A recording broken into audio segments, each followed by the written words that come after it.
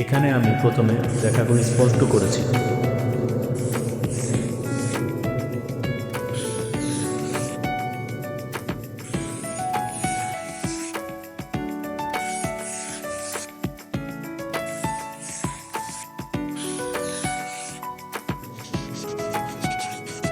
তারপর হালকা করে শেড দিয়েছি রঙের সাহায্যে।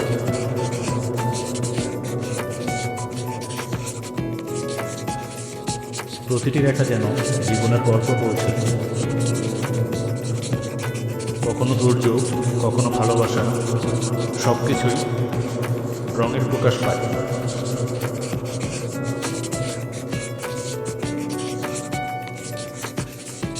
এই আঁকাটা আমার হৃদয়ের খুব কাছে।